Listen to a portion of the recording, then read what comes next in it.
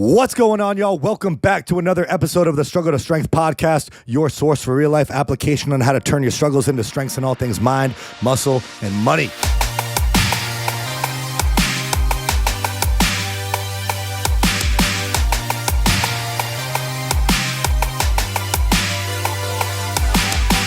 Well, let's get right into it then. Let's get right into it then, bud. It's going to be a quicker one today. Yeah, it's gonna be a little quick episode, but I think it's timely, to be honest, dude. There's been a lot of change that's been happening, not only in like the world, but in the health and fitness industry specifically over the past few years, and it's starting to like really carry some momentum.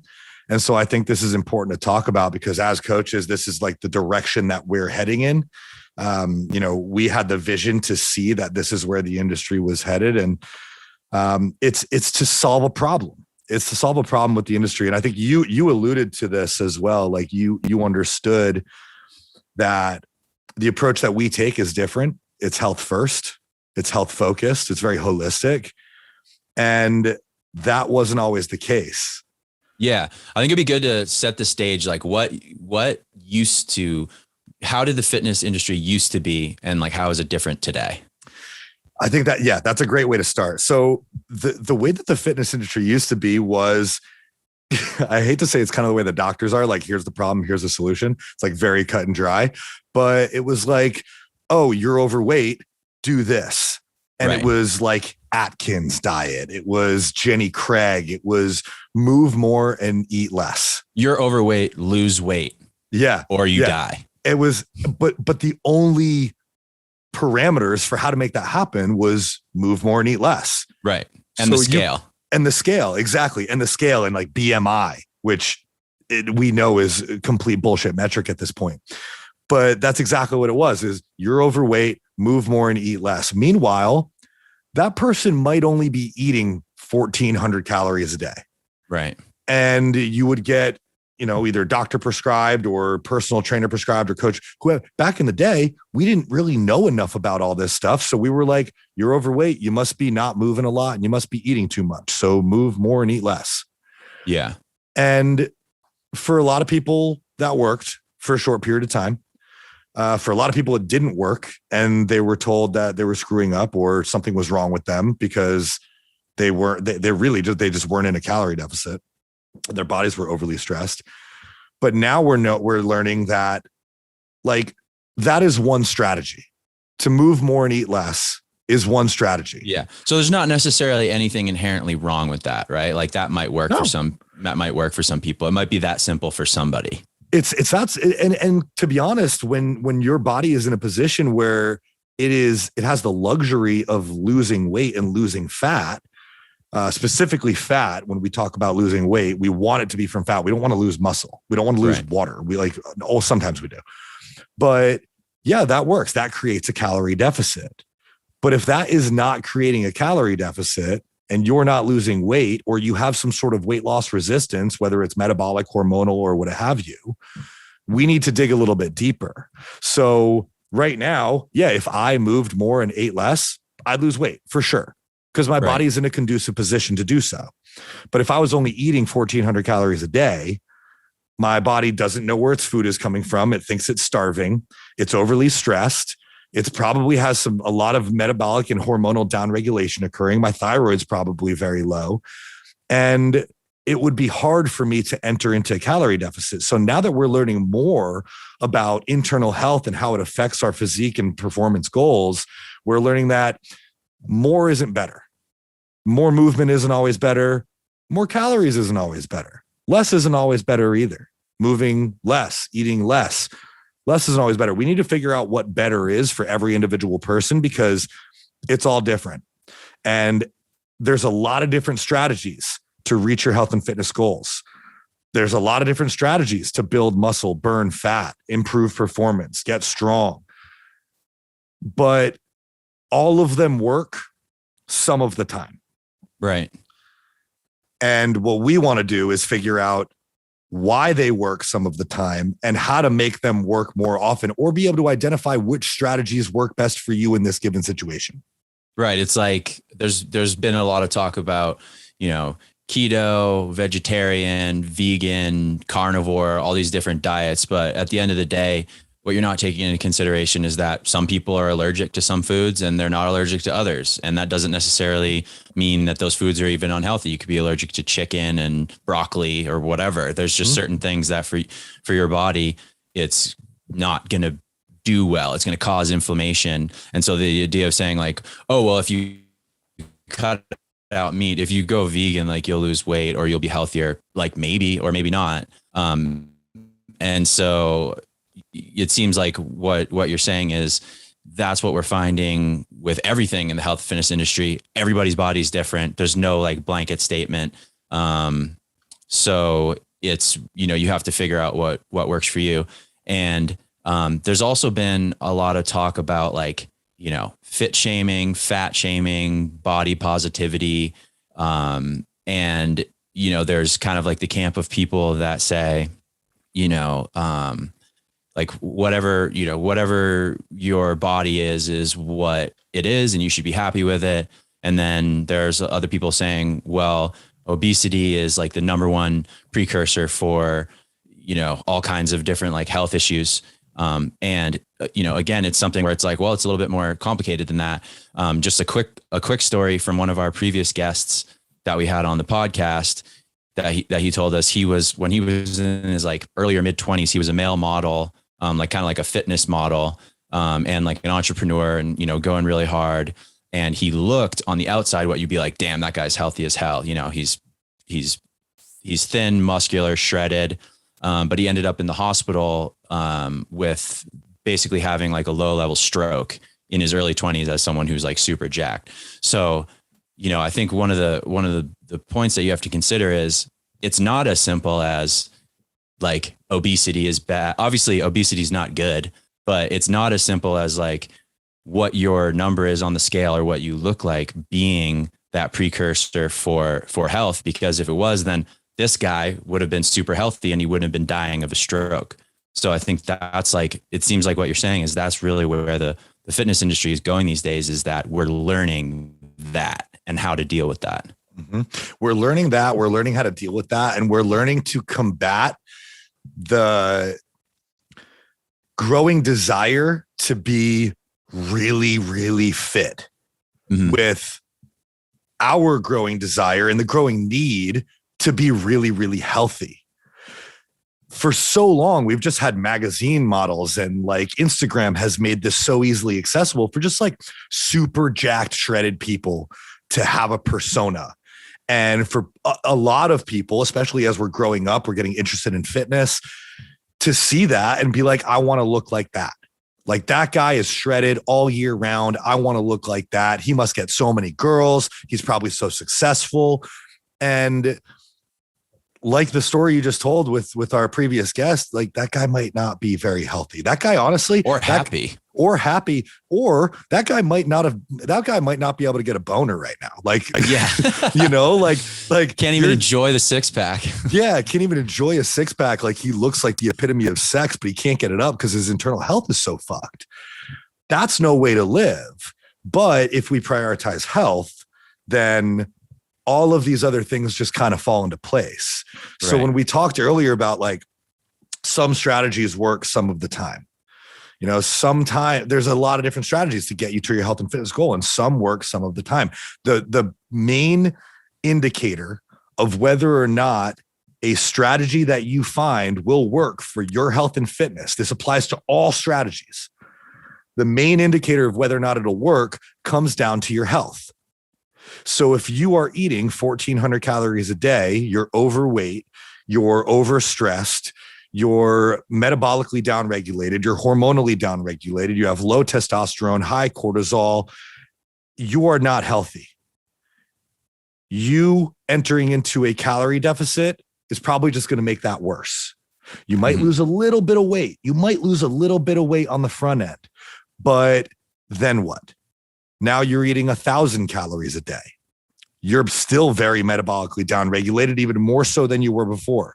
You're even more hormonally downregulated. You probably have very low levels of energy, happiness, and libido. Like, this is no way to live your life. But if we put health first and we start to identify the areas that we can improve upon, if we assess what's working and what's not, we identify what needs to be improved upon. Well, you need to be eating more if you're eating 1,400 calories a day. We likely need some lifestyle modification to help you improve your sleep, your digestion, your energy levels, your stress management. And we slowly increase your calorie consumption until you become healthier. Your body has more resources to be able to dedicate towards fixing the things that it's been struggling to fix, because it's like you not having any money. If you only made $1,400 a month, you'd probably be it'd be pretty hard. Yeah. I don't know why I relate, like the two examples I relate everything to are like fitness and money. Like I feel like fitness and money they relate to each other. They're such great, like, whatever the word is, examples of each other. And they also just relate to everything else. And I think like a perfect example of this is, is like happiness and wealth. Everybody, like, it's a common topic now that we know that like money doesn't buy happiness. Everybody says that. But a lot of people think like that, if they get wealthy, they're going to be happy, but it's like not that simple, and it's like, you're already, not eating a lot. And it's like, you could eat less and maybe you'll lose a few pounds, but are you really going to be healthy? Like if you're making money and you're miserable, like, sure, you could make that next like $1 million, but is it really going to make you happy? There's underlying things going on that you need to address. Yep. And that's a perfect example where, dude, if you're not happy right now, you're not going to be happy 10 pounds lighter or 10 pounds heavier. Yeah. I've chased that rabbit. I remember being 155 pounds soaking wet and like just wanting to be bigger. And now, did I have more confidence?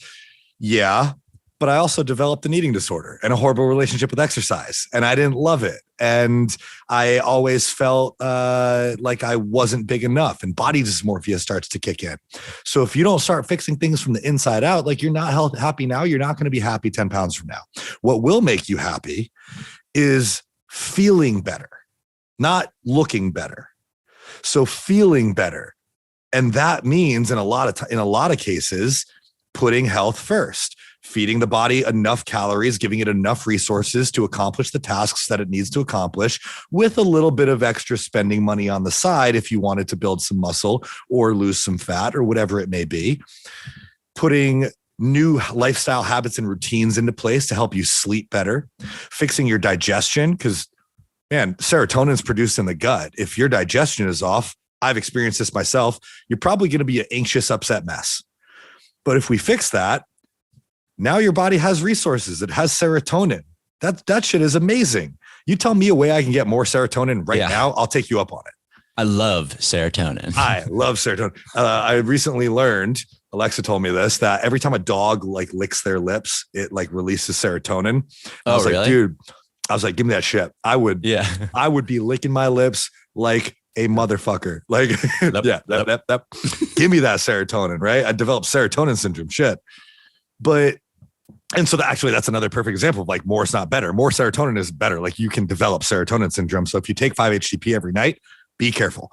Yeah. But that's what's going to create happiness. Same thing with wealth is the same thing with health. Your happiness should come first. Yeah. And there's points where, just like in your health and your wealth, if you're not making enough money, if you're not consuming enough calories, it's going to be hard to feel happy.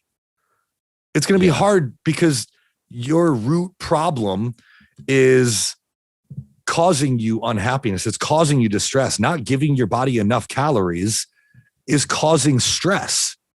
And stress gets in the way of happiness. So we need to learn to put health first. So of all the strategies that work, putting health first is the only strategy that will absolutely work 100% of the time. And we've seen this over and over again. Your body will only respond if it's in a conducive enough position, if it's in a healthy enough position to respond. And the only thing that determines that is your internal health. So we put health first, we achieve your results, we get you the transformation, and then we put health last. Because after that fat loss, after that muscle building phase, that's stress on the body. We're trying to change things physiologically. And because we're trying to change things and the body hates change, it just wants to stay in its perfectly fine homeostatic environment. As we're trying to change things, some of those internal markers can get thrown off. If you're going to fat loss, you get that metabolic downregulation, you get that hormonal downregulation, you get that thyroid downregulation. We need to fix that on the other side. If you're going into a muscle building phase, sometimes your fasted blood glucose gets too high. Sometimes you have too much stress on the body. Sometimes your sleep starts to go to shit. Sometimes you're eating so much food that your digestion starts to tank. And because of that, you get some other forms of downregulation down the line. So we need to fix that. So health comes first, then you get your transformation, and then health comes again. And that's why, like, at the method, dude, we created our framework based on what we know works. We assess, we figure out what needs to be improved upon and what's already working really well. We prime to get your body into a healthy enough position where it has the luxury of building muscle, burning fat, whatever you want to accomplish. And then we transform and we get that crazy result for you. And then on the other side of that, we often have to prime again, because transformation isn't always what your body enjoys. Your body enjoys staying the same. Transformation is hard. It is stressful. And so on the other side of your transformation phase, we prime again. We get you healthy again. And these are the phases of your fitness. This is what people have to learn to be comfortable with. It's not just move more and eat less. It's not just about losing weight. It's not just about building muscle. It's about all of these things together. So it's like a health sandwich. It goes health, yes. Get yourself like nice and healthy. And then you can focus on, losing weight, building muscle. And then at the end of that, like let's say you're going to put on, a bunch of muscle. At the end of that, then you get back to focusing on the health again, which is making sure, everything is going good. And then you can keep going like that. Yeah. But it's health first, health last, and all along the way as well. It is the most important variable. It's the most important metric. And that's what we work so hard to help our clients achieve. And that's why we get the clients that we do is like, dude, people come to us. I just had a call with a girl who has a GI issue.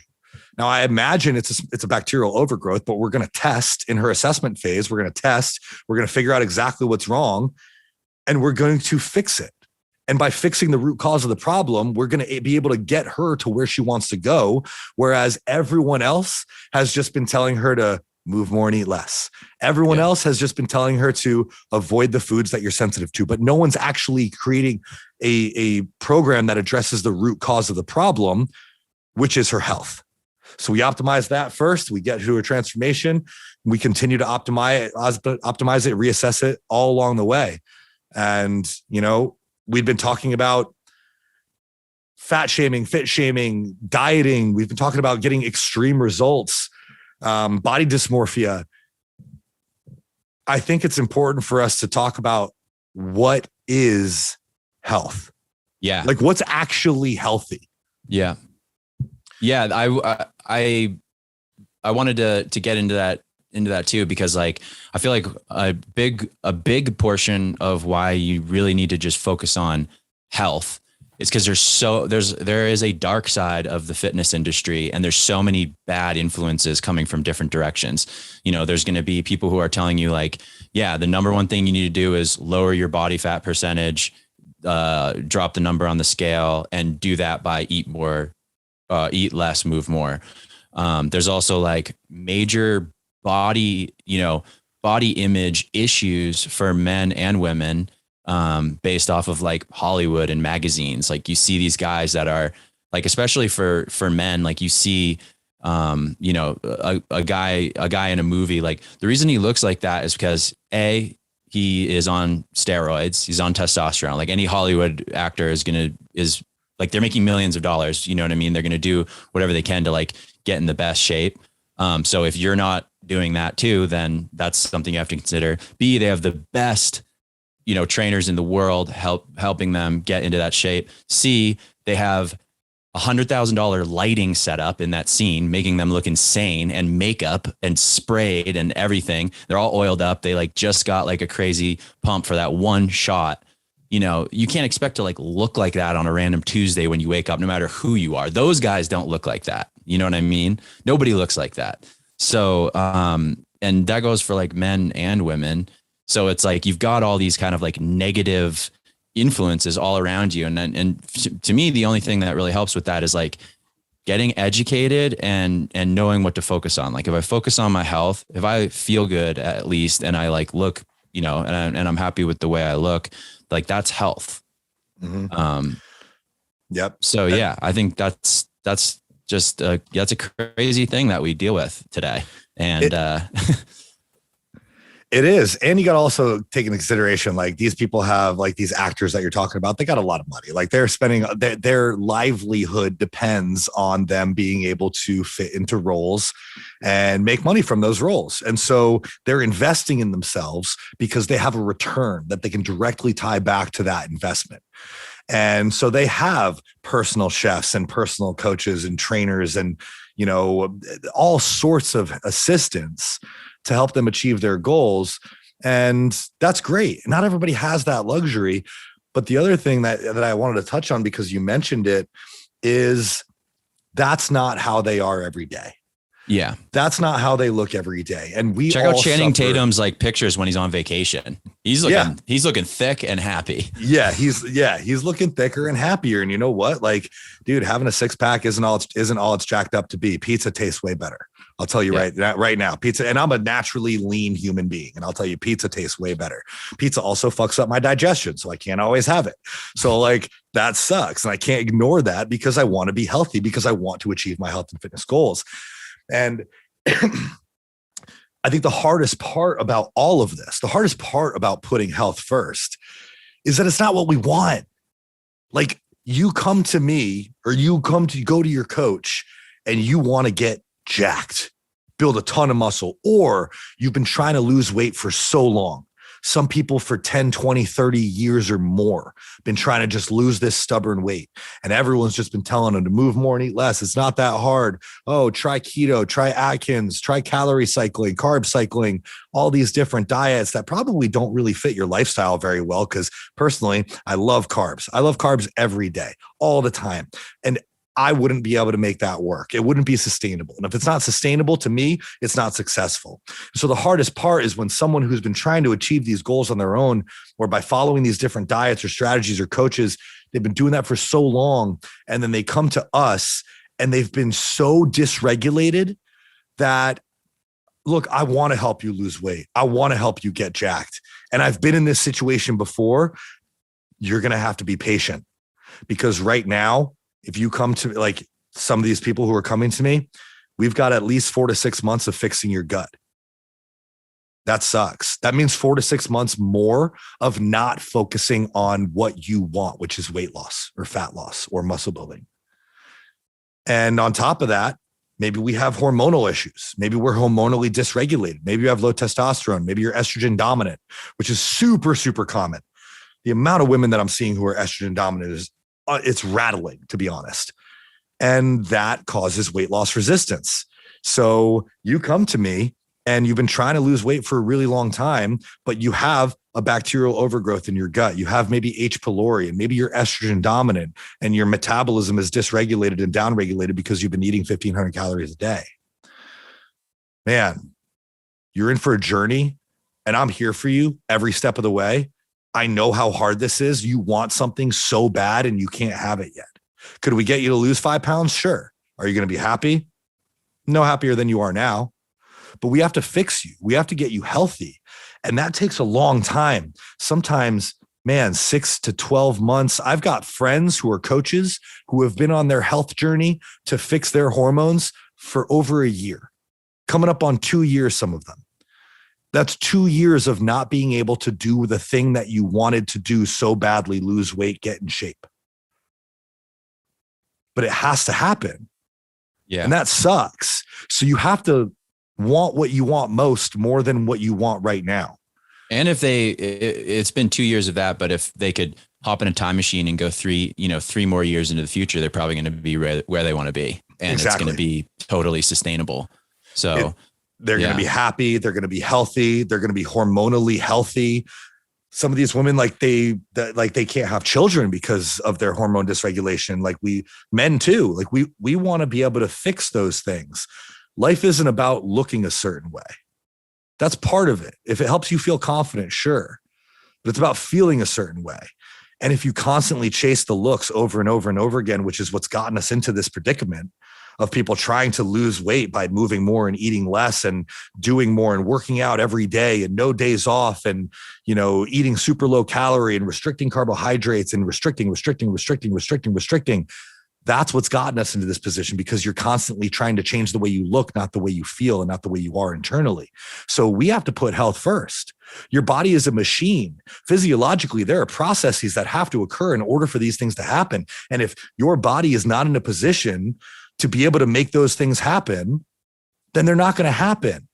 If you have a digestive issue, food's going right through you, you don't have good nutrient partitioning, you're insulin resistant, things are just not working properly. That would be like trying to drive your car with a hole in the gas tank. You're not going to get far. So we need to stop. Like, I know how hard this is, like, especially with the body dysmorphia and Instagram and Facebook and like going on vacations and wanting to look and feel a certain way and wanting confidence. I understand that. And it's really hard to not put that right now, but you got to put aside what you want right now for what you want most. And I've been there. I've been in a position where, like, dude, I just want to grow. I just want to get big. Like, please, coach, like, put me in, coach. But I've got shit that I had to fix, and it sucks. And it sucks when that drags on for a really long time. But patience is the hardest, but the most important muscle that you can learn how to flex. And that's what this takes. This takes patience, because if you lose your 10 pounds, if you gain your 10 pounds, if you reach your goal in 3 months, and then a few months down the line, it all goes to shit, you're right back to where you started because you didn't put health first. That sucks too. And that makes you feel like a failure. Yeah. And speaking of like looking and feeling and, a lot of this stuff, like what we're saying is that health and happiness are like the two most important things. Some people are just dealt a certain hand, and, the way that they look, and the best thing for anybody is to just be healthy and happy over any other, marker. And generally, if you're healthy and happy, you're going to like look good too, and have like a certain confidence and charisma to you. But, speaking of like, there's kind of like a mental game that goes along with it too, I feel like. And I've been curious to ask you this question actually, because, speaking of the, actors, people who go through these crazy body transformations to, get super ripped for a role. That's what bodybuilders do too. You and your friends are all like bodybuilders, compete. So you know what it's like to look like, that Wolverine movie scene where he's like, like all veiny and exploding. I've taken photos of you where you look literally insane when you were in bodybuilding prep. And so, this is relatable to anyone. So like on that side of the spectrum, you've got like bodybuilding prep where you look like absolutely bonkers. And then on the other side of the spectrum, you've got someone who's maybe a little overweight and lost like 10, 20 pounds doing a diet. But there's like a mental aspect to it too, that you need to kind of like learn how to deal with, because, if you do lose like 10, 20 pounds and then it comes back, maybe there's nothing you could even do about it. Like that sucks, like you said. But I can imagine too, like there's a mental aspect to learning how to deal with like getting in that bodybuilding prep phase, looking like absolutely shredded, and then going back to looking more normal for you. Like, is that hard? Dude, does that like fuck you up? Like, I'm mentally? so glad you asked this, because it fucks everybody up mentally. You get like prep goggles when you're going into your prep, and you think you're not in shape enough because you're looking at all your other competitors. And, as humans, our eyes will always go to what we're most self-conscious of, like our problem area, like a zit in the middle of your face. The other day I had a zit like right in the middle of my nose, and I felt like fucking Rudolph. Like it was all I noticed. Nobody else knew. Nobody else saw it. My own girlfriend had no idea, but we do that with our bodies too. And so if you're constantly like having trouble with your midsection, like that's where your eyes are going to go. It's going to be hard for you to notice other forms of progression. And, as we get into bodybuilding, man, to look like that and to get the reactions from people is interesting. Like sometimes it feels good, and sometimes you're like, God, I wish people would stop looking at me. And like we're freaks. Like, we know that. That's the point. Like, we're supposed to get into the freakiest shape of our lives completely unsustainably. We do that for one day on a stage. And coming out of that, when you were just on stage and, you know, or just like, even if you get that lean, you know, Alexa just went through this, is going through this herself. You get really comfortable with being that lean. You get really comfortable with being shredded, with being, like, for lack of a better term, kind of like a center of attention in a lot of ways. Which is also kind of a mind fuck, especially for people who don't always like the attention or want the attention. And then all of a sudden it starts to go away, and it has to. So you talked about, like, somebody who loses 10 pounds and then gains it back.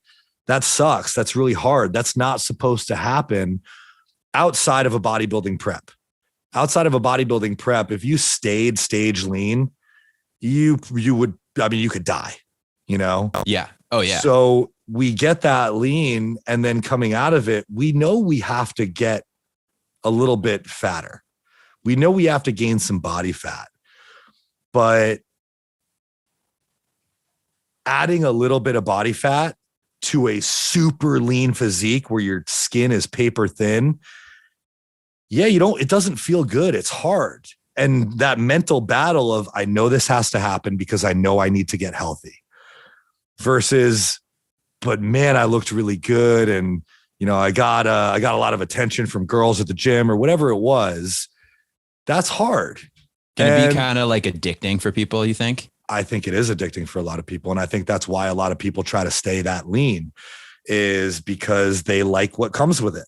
And that's kind of, to wrap this all up in like a full circles type of situation, is the problem with the industry, is that people have personas on the internet where they're lean all the time.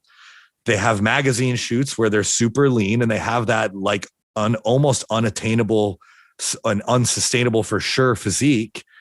And it makes people want that. And it makes people want that all the time. And y'all, we can't have that all the time. Yeah. It's like nobody has that all the time. Nobody does. Nobody who's healthy does. Nobody who's healthy and happy and enjoys their life does. Yeah. So yeah, it's really, really hard to come out of a prep. And the reverse diet, which is the exit strategy to all of our dieting that we've ever done. It's the only way to maintain a level of your results. The reverse diet coming out of a bodybuilding show, you have to gain a little bit of body fat. For our clients who just want to get lean, they go through a body fat loss phase. They don't always have to gain much body fat back. We can be pretty consistent with that. We can actually maintain a lot of your progress. And that's why most fat loss phases prior to what we know about health and fitness now didn't work, because people would go through fat loss phases, lose their fat, and then go back to what they were doing before. But the habits and the routines that got you to where you were before are also going to get you back to where you were before. Whereas if we reverse diet, we maintain some sort of habits and routines, we can maintain the physique that we built during that fat loss phase. During a bodybuilding prep, bodybuilding reverse diet, we have to gain a little bit of body fat to be healthy. And a lot of times, most people have to gain a little bit of body fat to be healthy. And that can be really challenging. But if you want truly long-term sustainable results, if you want happiness, if you want the confidence, then the route to take has to be health first. And so we have to shift our mindset. Coming out of a bodybuilding prep, what I ended up focusing on was my strength. I'm not focusing on my body anymore.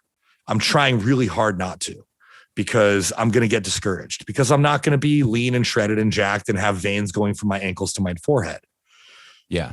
But I'm going to feel better. I'm going to feel stronger. I'm going to have my libido back. I'm going to have more energy for my friends, my family, and my relationships.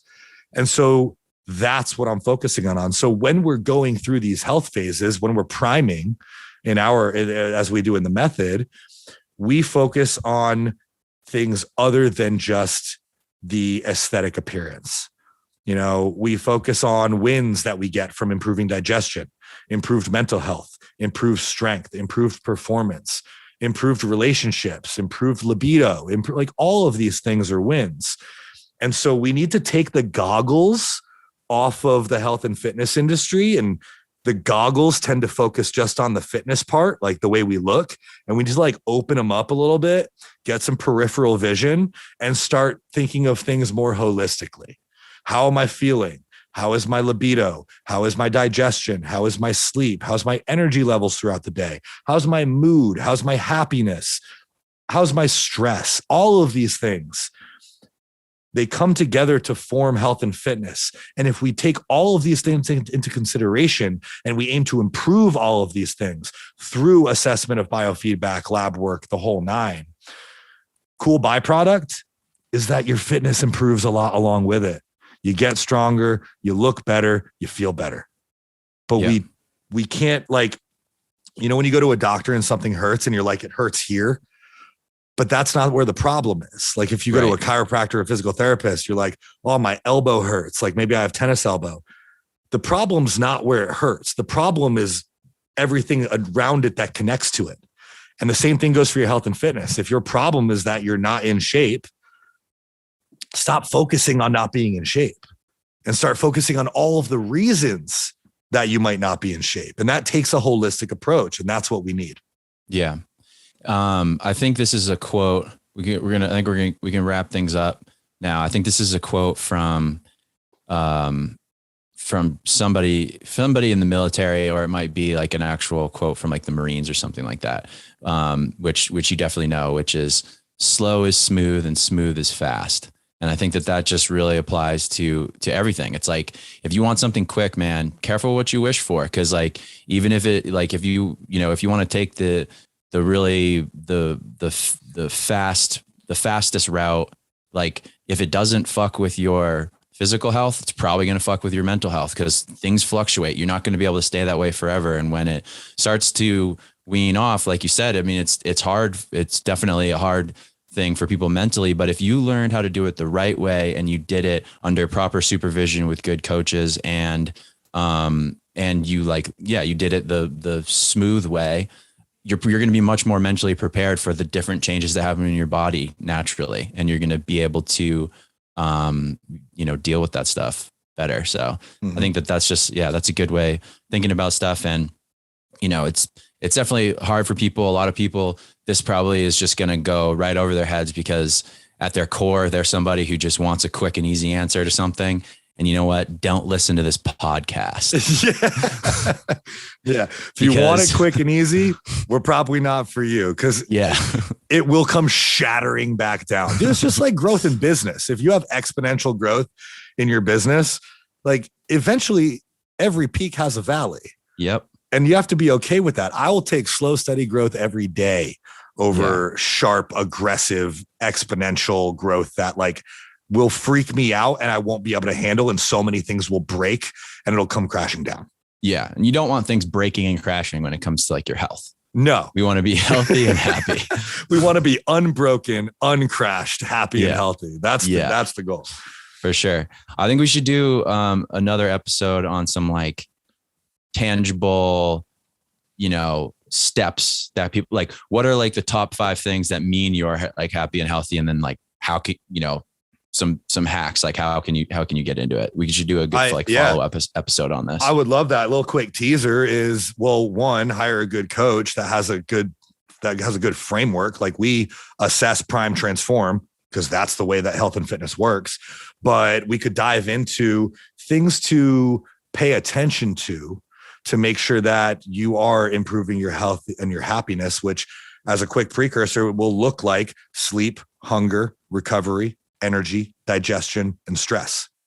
And if you continue to moderate or manage and improve upon those things, we'll dive into a good episode on like how to track them and how to improve them, when they might go wrong, what to improve, what to do when they go wrong. Because the better that you guys can learn how to assess, prime, and transform on your own, and that's what we aim to do in the method, is like teach you guys the framework so that you can learn for you how to assess, prime, and transform for you. The better you can do that, the more you pay attention to it, the more awareness you have around it, the better you're going to be. And that's what all this comes down to, is awareness. The more we can become aware of things, the better we can actually approach them and like fix them. 100%. Yeah. So I would love that. Let's do that episode next for sure. Cool. Yeah.